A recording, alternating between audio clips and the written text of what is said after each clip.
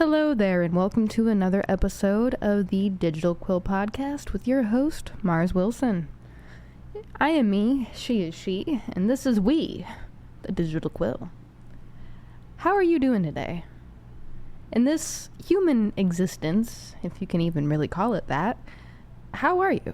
What are you up to? What are you thinking? Is there a presence in your body you're currently feeling? Are you possessed? If you answered yes to any of those questions, type them out in the comments below.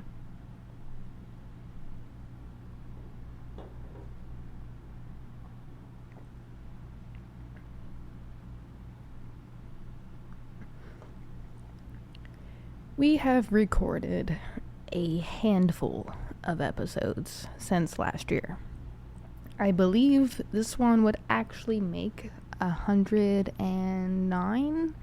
Maybe. It could be more. It could be less. I'm not sure.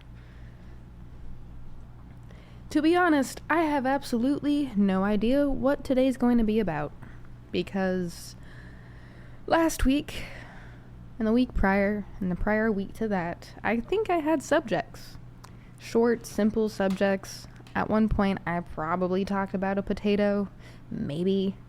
At another point, I think I discussed music and movies. I don't know. I talk about potatoes and music and movies so freaking much that I may as well be those things myself. I am a movie. I am a potato. I mean, you are what you eat. And I am a music. Wait, how could you be a music? Well, I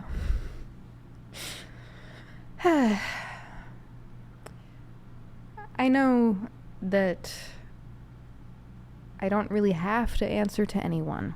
This is my content. This is my projects. No one told me to open up a podcast and speak on a mic. It's really not what I'm doing it for anyway.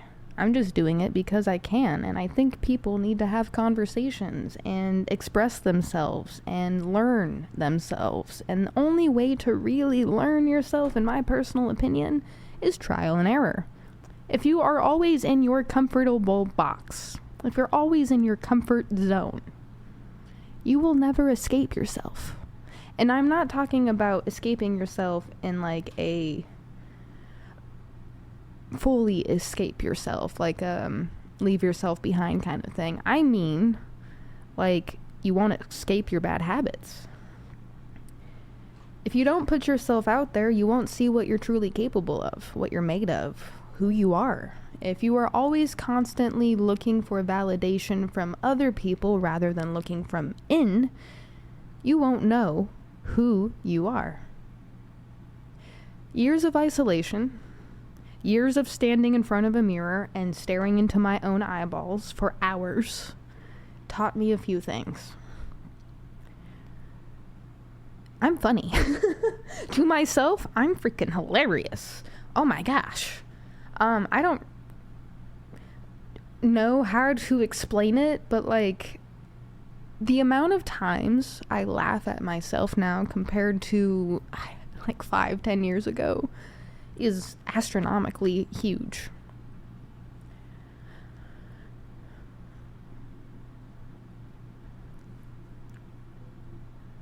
So, laughing at oneself, right?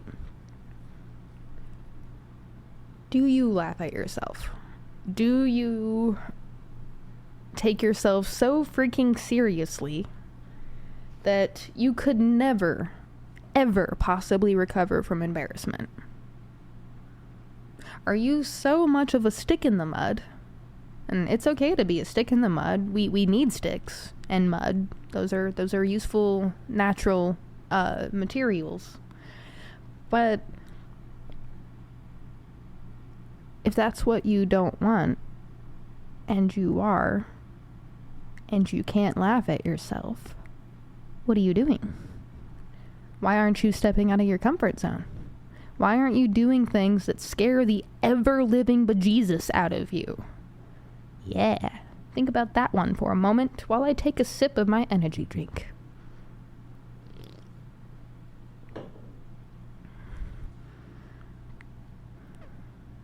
Yap, yap, yap, yap, yap, yap, yapping, yapping, yapping. We are yapping for a podcast. Ha ha ha ha. This would probably be more entertaining to you if I had a camera up, but I told myself when starting season 2 of this show, because I had gotten to like 103 episodes for season 1, and I was like, that was fun. I'm going to take a little bit of a break and kind of reassess everything. And, until I get myself situated into a little tiny corner and I can take this wherever I go, I am just not going to do video because I have TikTok. I'm on TikTok daily. My face is shown on TikTok all of the time. I have videos scheduled for the next 30 days. There's a video scheduled for August 15th, currently queued up, ready to go. So as soon as August 15th at a certain time hits, boom, another video. You can see plenty of my face. You don't need to see it on the podcast right now. And if you really wanted to see my face on the podcast, you can watch all of the 101st episodes. And bonus, you can see my face with other people, because I did guest episodes in the first episode first season, and I miss it. But I haven't really decided how I wanted to do guest episodes for the show in this season. I've had a couple of prior guests approach me asking to be on the show again and talk about things, because I'm gonna show my insecurity a little bit here. Something I'm working on, but I wouldn't be human, and this wouldn't be humans doing human things if I didn't show my insecurity a little bit, right? I don't know why I was approached by these humans. I appreciate that. I do. Like, god dang, thank you. But, like, you wanted to come back to my show? Thank you. That's really cool of you. Now, in some worlds, in the business world, since confidence is sexy, some people are like, you can't let your insecurities show. How dare you? People won't respect you anymore. Blah, blah, blah. Fuck that. Humans have insecurities. Humans have the ability to work through their insecurities. Humans get triggered sometimes. We have brains. They're not always perfect, okay? To think that you are a polished and perfect product is asinine. Nothing is polished and perfect. And if it looks that way, baby, this is the internet. Touch grass. Because perception really is everything. So yeah, I don't care. I will show my insecurities, and if people have problems with that and want to use it against me, or if people want to use your insecurities against you, here's what you do. Turn the mirror on them. Point their projection at them and say, hey,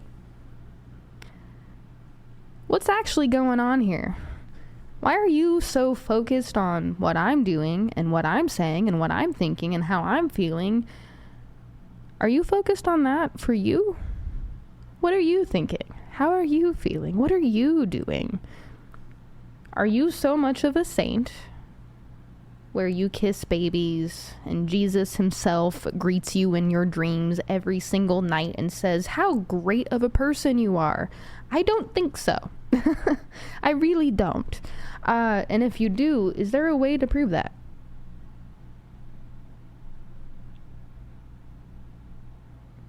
I'm waiting.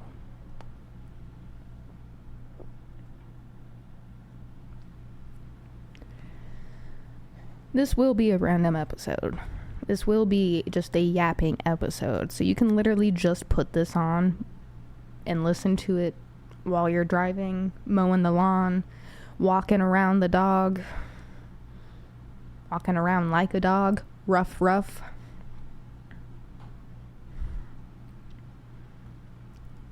And if none of the subjects make sense, then you're probably not neurodivergent. And if some of the subjects make sense and you aren't neurodivergent, or at least diagnosed as such, sweetie, I got news for you. If you're able to follow this and enjoy the ping-pongingness of various subjects, from insecurities to humanities to ideas, beliefs, facts, and prior episodes. Like, yeah, cool. Go get checked. I'm kidding.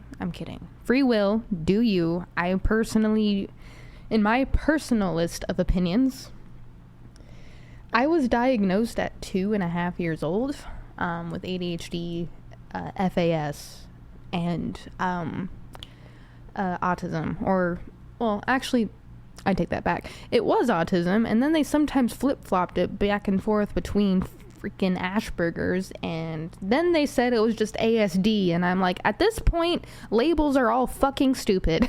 I hate all of them. But, like, that's the funny thing. I was diagnosed early, and I know a lot of people who were diagnosed late, right? And we all end up kind of in, like, this vortex of problems. In another episode, sometime last year, and I'm kind of wondering if it was actually the same period now. I should verify that. But, where was I? There was a sound outside. It distracted me, and the cat lifted up its head, so that distracted me. God damn it, ADHD, what the fuck? Cool. I can pause again, so I'm gonna do that and get my thoughts back together. It is in my personal list of opinions that labels can help just as much as they can hurt. I've had a lot of friends and a lot of people I've known get diagnosed with autism or ADHD later on in life, and there is a certain type of grief that comes with both.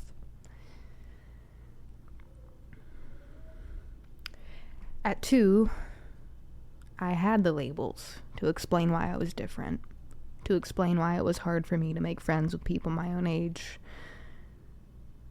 to understand why I thought differently and felt big feelings that seemed to be entirely my own. So when I say don't get diagnosed or don't go get checked, even jokingly or playfully, that is a projection to an extent. Free will. Always, always, always, always exercise your free will and your choice, and your ability to have choice. However, me personally, having been with this journey and these educations as long as I have, because at 2, I knew more or less what was going on because I was explained it. And when I started being able to read, I was reading everything. And because of early trauma, my mind was able to already kind of pick up on a lot of the adult conversations that were going on around me. I already had a lot of my knowledge about how my brain worked and functioned at that point when I was a child. Brains change as you get older. Bodies change as you get older. Experiences happen as you get older. And that's why I'm on the fence, really. I will never personally, force someone to get checked. If they want to, I will appreciate, If they want to, I will appreciate the fact that they want to, respect it, and, what's the word? I had the word.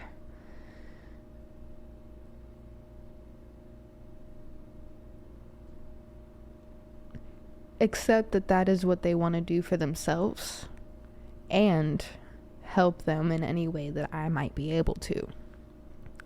I think about this sometimes. It's interesting to me how people will disagree with someone and then offer absolutely zero help or aid, especially if they have the resources that could help or aid that person. I don't think disagreements should always prevent you from helping someone.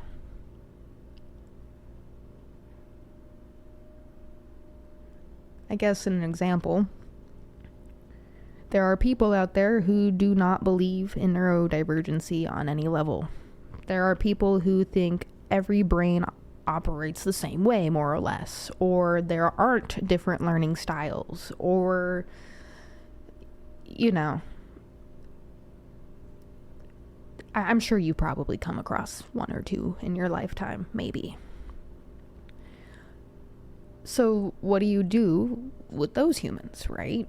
I mean, you don't want to not aid them, especially if they also have a form of neurodivergency and they just refuse to accept it. You can't just let them fail and like flap around, because like that's kind of cruel, you know? Like, they're a human and they're a human being with lives. And actually, since that is one of my favorite quotes, I'm gonna do it, because I need a break from serious speaking. My brain didn't really want to speak seriously today. It does that enough. Just ask my group chats. By group chats, I mean like the 2 or 3 people that I speak to all the time about everything from 4 o'clock in the morning to 5 o'clock at night. Or like 9 o'clock at night. Back to what I was about to say. So if you've ever played Borderlands, you know Claptrap. I love that little fucking robot so much. Minion, what have you done? Those are human beings with lives. I fucking love that line, because right after that, he's like, I'm just kidding. Screw those guys. And I'm like, always conflicted, because I'm like, you know, what did I do? And then after that, I'm just like, yeah, you're kind of right. That they kind of needed to be put down, I guess. They were attacking me. But yep, that was my icebreaker. My intensity breaker. I hope you enjoyed that. What are your thoughts on the things I previously stated? Because honestly, this is not a humans doing humans thing podcast without other people's opinions, even if they differ from mine. Speak your mind. Thank you. You're not going to get perfect and polished. At least, not all the time. I may have Virgo placements. I may have a sun sign as my Virgo, but I have an Aries rising and a Leo moon, and those motherfuckers love stealing the show from the Virgo. The Virgo is running in the background, right? And she's like, damn it, guys, I told you to make everything polished and perfect and ready to sell, because like this is the internet and everything needs to be cookie cutter. But Leo and Aries are like looking at this creature thing and is like, hey, nah, I don't think you get it. We can choose to be polished and perfect whenever the fuck we want. And I certainly do, because I do like perfection. It actually bothers me that I am steering away from trying to be a perfectionist. But at the same time, I wouldn't be someone who studies philosophy and theology. I wouldn't be someone who studies psychology and biology. And I wouldn't be someone who studies relationships and people and myself if I didn't try to step out of my fucking comfort zone. Being perfect is comfortable. Kind of. Because it's like, I can never finish a project if it's not perfect. If that sounds like you should probably listen to the next part. So like you end up in this loop, this doom loop of I can't finish projects. I can't finish projects. I can't finish projects. I can't finish projects. I'm starting another project. It's not perfect. It's not perfect. I can't release it. It's not perfect. I might know something about that. I might know a little bit more about that than I care to admit. Why do you think I'm doing stuff that isn't perfect and polished? At the end of the day, perfection is a fallacy. It doesn't exist. It is a goal to strive for, not a destination to reach. 'Cause think about it. If perfection is a fallacy and it doesn't actually exist, but yet you can use that as a model or an idea to reach for or strive for, because we're going to take this into a slightly more religious topic. I love religion. I don't actually love religion. I love talking about it.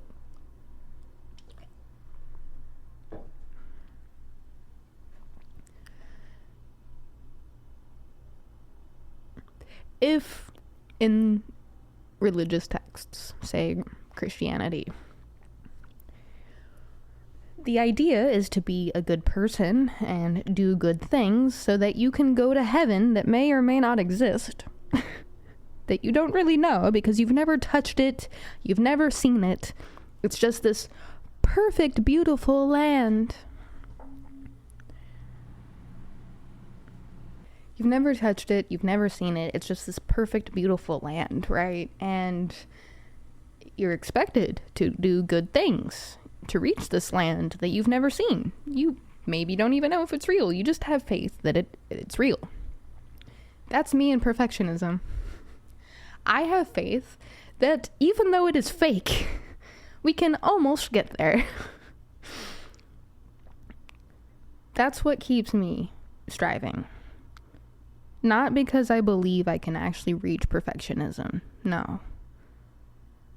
But because I believe that I won't at least try to reach it if I don't try to do things that would help me reach it, i.e. stepping out of my comfort zone, trying new things, looking inward and being like, okay, I said that, and that was really shitty of me, and I did that, and that was really shitty of me, and going to therapy from like ages 6 to like 16, 18, and then like off and on again throughout life is interesting. It's interesting.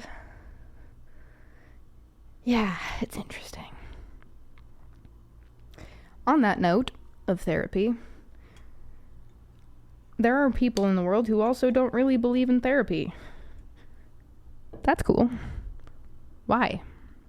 Why do you believe that it wouldn't help? Even a little bit.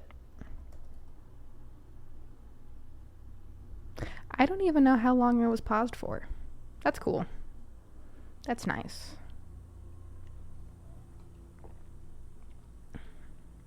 How long was I speaking with it being paused? How long was I speaking with it being paused?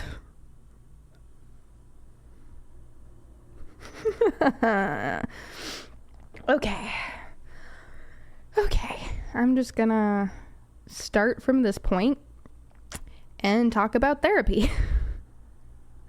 And talk about why or how some people might not enjoy therapy or think therapy is worth it, because I did start therapy from 6 to about fucking 18, and then off and on throughout my life. So I've had roughly about,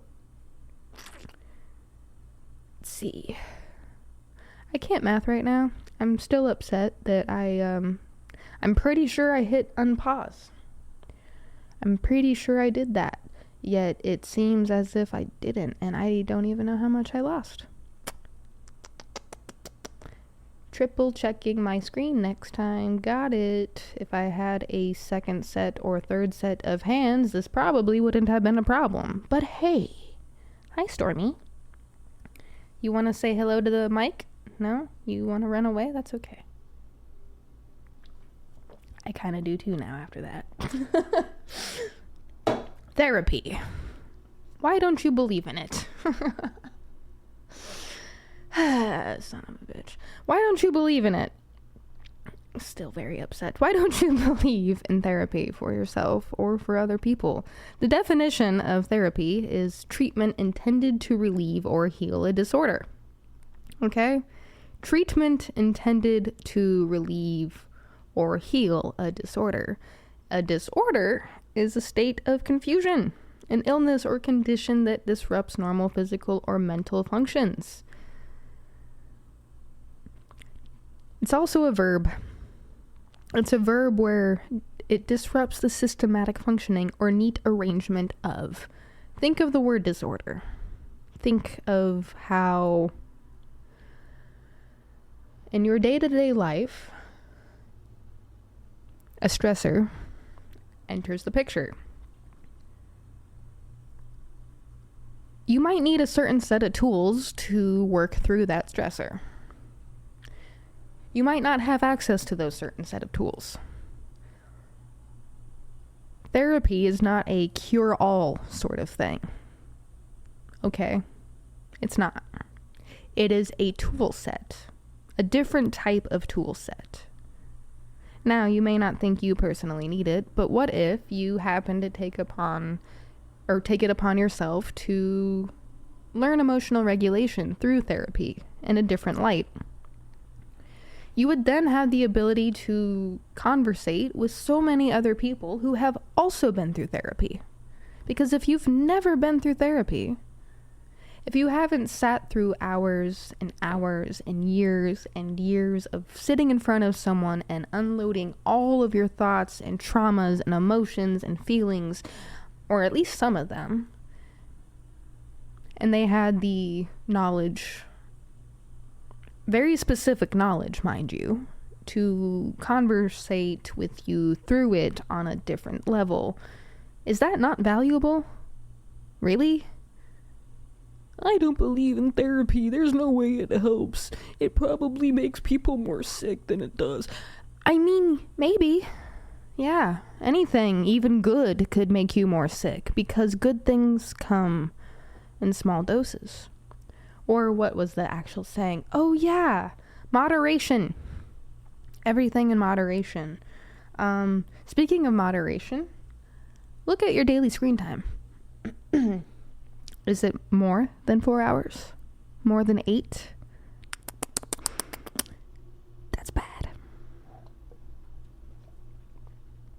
That means you have spent effectively 8 hours consecutively staring at a black mirror. That's 8 hours of a 24-hour period, and 12 of those hours, give or take, you're resting.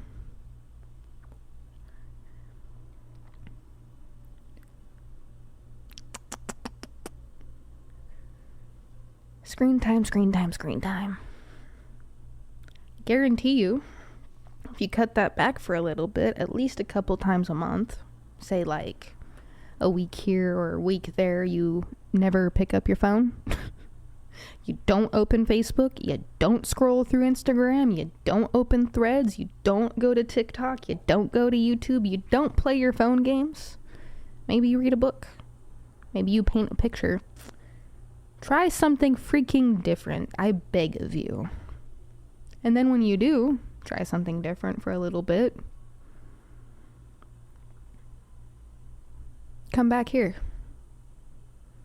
Tell me what you learned in your travels. Stepping out of your comfort zone. Put down your phone screen. Open a book. But I don't read. Okay. Then I don't care. If you're gonna tell me I don't, I can't, and I won't, then I'm gonna say I don't, I can't, and I won't right back to you.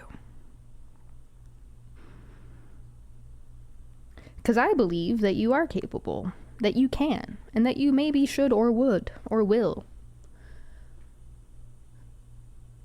Using different parts of your brain, using different parts of your body, Stepping out of the things that you're used to so that you understand a little bit more about yourself or life. That's what I want for you. Every one of you.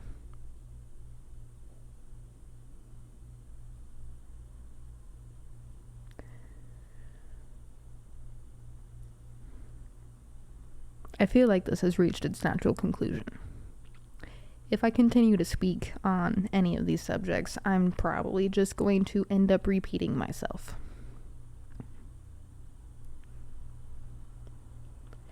So, I know today's episode was a little chaotic. I know it was a little crazy, probably a little educational, and I haven't said this in a while because I don't know. I keep telling myself I really should say it more often, but meh. Thank you for giving me your time today. Thank you for allowing me to teach, inspire, motivate, or at the very least, and probably the easiest, entertain you. Thank you for teaching me. Thank you for traveling with me. Thank you for experiencing and inspiring myself. As always, humans of Earth, keep going. Remember to breathe, and I will see you next time. Bye for now.